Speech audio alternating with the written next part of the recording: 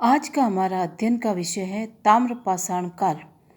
नवपाषाण काल की समाप्ति के दौर में मानव ने धातुओं का उपयोग करना सीख लिया था। सबसे पहले तांबा यानी कॉपर का प्रयोग हुआ। पाषाण और यानी पत्थर के साथ साथ तांबे का उपयोग करने के कारण इस कालखंड को ताम्रपाषाण काल कैल्कोलिथिक एज कहा जाता है। तकनीकी दृष्टि से ताम्रपाषाण काल का प्रयोग हड़प्पा से पहले की संस्कृतियों के लिए किया जाता है। ताम्रपाषाण काल के लोग अधिकांशतः पत्थर और तांबे की वस्तुओं का प्रयोग करते थे। वे मुख्यतः ग्रामीण समुदाय के थे और देश के ऐसे विशाल भाग में फैले थे जहां पहाड़, जमीन और नदियां थीं। इसके विपरीत हड़प्पा निवासी कांस्य का प्रयोग करते थे, इसलिए उसे कांस्य युगीन सभ्यता कहा जाता है। स्थिर रूप से 2000 ईसा पूर्व से 800 ईसा पूर्व के बीच के इस कालखंड को भारत के संदर्भ में ताम्रपाषाण काल कहा जाता है। भारत में इस ताम्रपाषाण अवस्था की बस्तियां दक्षिणी पूर्वी राजस्थान, मध्य प्रदेश के पश्चिमी भाग, पश्चिमी महाराष्ट्र तथा दक्षिणी पूर्वी भारत में पाई गई है। दक्षिणी पूर्वी राजस्थान में 2 स्थलों की खुदाई हुई है, एक आहड़ और दूसरा गिलुन। ये स्थल बनास नदी की घाटी के सूखे क्षेत्र में स्थित है। पश्चिमी मध्य प्रदेश में मालवा, कयथा, एरन और त्रिपुरी में ताम्रपाषाणिक स्थल खोजे और खोदे गए हैं। यहाँ एक सरल लघु पाषाणिक उद्योग और स्थानीय विशिष्टता के साथ मृदभांड पाए गए हैं।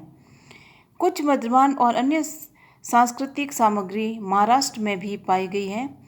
मालवा के अवशेषों को ईसा पूर्व दूसरी या पहली सहस्त्राब्दी का माना जाता है।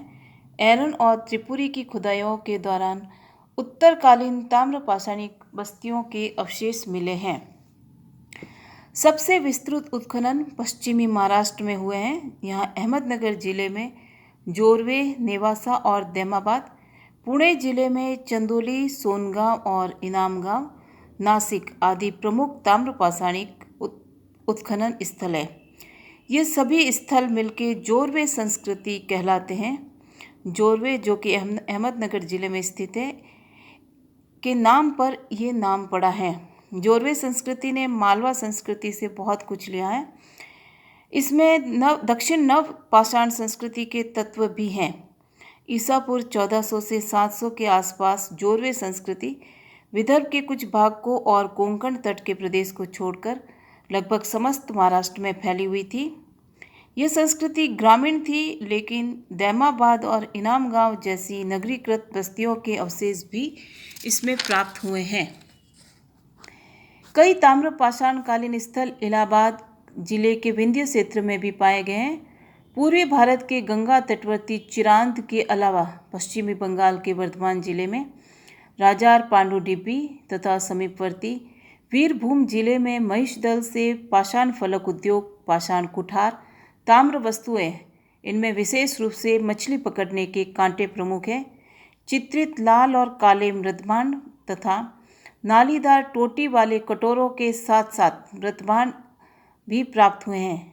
बिहार में सिवान, सोनपुर, ताराडीह तथा पूर्वी उत्तर प्रदेश के रेवाडीह, नुहाना आदि अन्य पूर्वी भारत में पाषाणकालीन स्थल खोजे जा चुके हैं। नर्मदा घाटी में सबसे ऊंचे तल पर 400 गज से अधिक क्षेत्र में फैले नवदा टोली में दूर दूर तक खुदाई की गई है।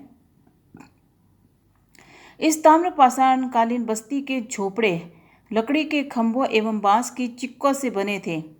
फर्श मिट्टी और गोबर के थे और उनके ऊपर चूने का पतला सा लेप था। यहाँ से प्राप्त उपकरणों में तांबे के चपटे कुठार, मछली पकड़ने के कांटे, अंगूठियाँ तथा बहुत से लघु पाषाण फलक हैं। यहाँ का तत्कालीन उद्योग गोमेद का केल सिहोली माना जाता है। नवदा टोली के मृदभांडों में पत्थर के मर्तबान, हल्की पीली मिट्टी के छोटे प्याले, पीली मिट्टी के ही बने कलश मिले हैं। मृदभांडों पर ज्यामितीय नमूने, पशुओं के नमूने और नृत्य की अवस्था में मानव आकृतियां भी प्राप्त हुई हैं। ताम्रपाषाण काल के लोग मवेशी पालते थे और कृषि करते थे।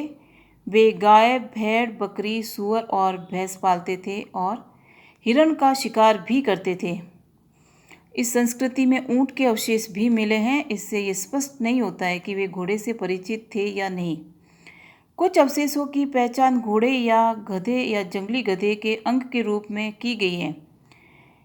ये लोग मांस अधिक खाते थे, किंतु सूअर का मांस अधिक नहीं खाते थे। वे लोग गेहूं और चावल उगाते थे, साथ ही बाजरे की खेती भी होती थी। ताम्रपाषाण काल के लोग मसूर, उड़द, मटर और मूंग आदि दलहन की खेती भी करते थे। ये अनाज महाराष्ट्र के नवदा टोली से प्राप्त हुए हैं। दक्कन की काली मिट्टी में कपास की पैदावार होती थी, जबकि सुदूर दक्कन में रागी, बाजरा जैसे अनाजों की खेती के साक्ष्य प्राप्त हुए हैं। पूर्वी भारत, बिहार और पश्चिम बंगाल में चावल की खेती होने के साक्ष्य मिले हैं। ताम्रपाषाण युग के लोग प्राय पक्की ईंटों से परिचित नहीं थे, जिनका प्रयोग कभी कभी होता था, जैसे गिलुंद में 1500 ईसा पूर्व के आसपास। उनके घर अधिकतर गीली मिट्टी से थोपकर बनाए जाते थे, लेकिन आहड़ के लोग पत्थर के बने घरों में रहते थे। अब तक ज्ञात हुआ है कि 200 जोड़वे स्थलों में गोदावरी पर स्थित दैमाबाद सबसे बड़ा है, जो लगभग 20 हेक्टेयर क्षेत्र में फैला हुआ है, जहां लगभग 4,000 लोगों की बस्ती थी। यहाँ पत्थर और मालवे के बुर्जों वाले कच्ची दीवार को घेरकर गढ़ जैसा बनाया गया प्रतीत होता है। दैमाबाद की प्रसिद्धि भारी मात्रा में कांसे की वस्तुओं की उपलब्धि के लिए है। शव संस्कार और धार्मिक संप्रदायों के बारे में कुछ भी पता नहीं चला है।